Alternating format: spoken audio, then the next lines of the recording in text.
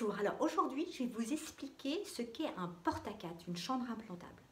Alors un porte-à-4, c'est quelque chose dont vous allez avoir besoin pour avoir des injections multiples et pour économiser votre capital veineux au niveau des membres supérieurs. Pour être plus clair, en fait, c'est vous devez avoir un traitement lourd, souvent une chimiothérapie ou alors une antibiothérapie longue durée.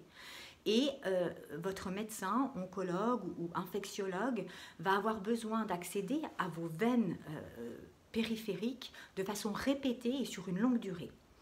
Comme ces veines périphériques sont fragiles, on choisit de mettre un boîtier, une chambre implantable qu'on appelle un porte-à-4.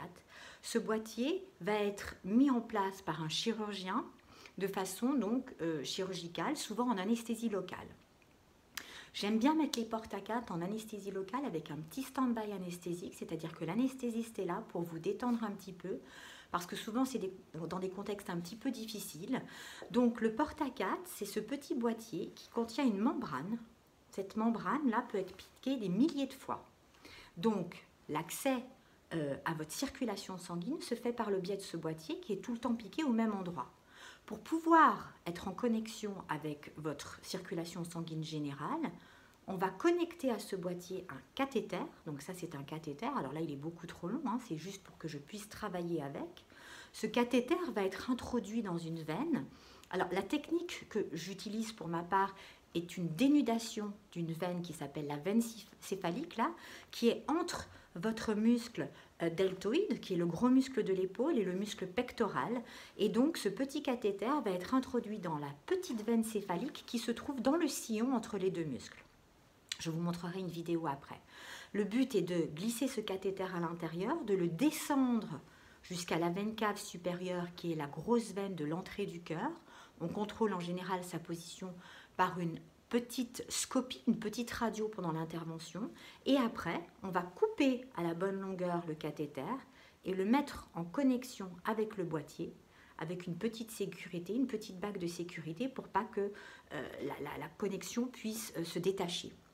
Une fois que le montage est fait, on purge bien sûr le cathéter avant de le mettre dans la veine et la chambre.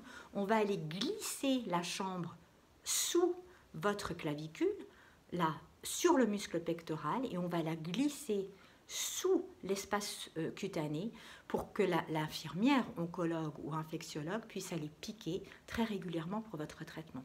Donc finalement, la mise en place d'un porte-à-4 se fait assez rapidement. Bon, ça peut être un peu laborieux des fois lorsque la veine est difficile à trouver.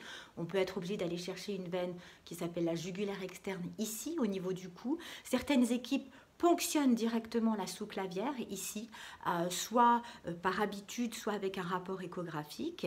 Et puis après, il vous reste finalement la petite cicatrice là qui ressemble à un petit arc-en-ciel qui est de très petite taille, juste de quoi laisser passer le boîtier, et un petit relief sous-cutané qui guidera les infirmières au toucher pour qu'elles puissent piquer au centre de la membrane. Voilà, ça c'est le porte-à-4, et je vous propose de commenter une vidéo de mise en place d'un porte-à-4 très prochainement, d'accord? À très bientôt, au revoir.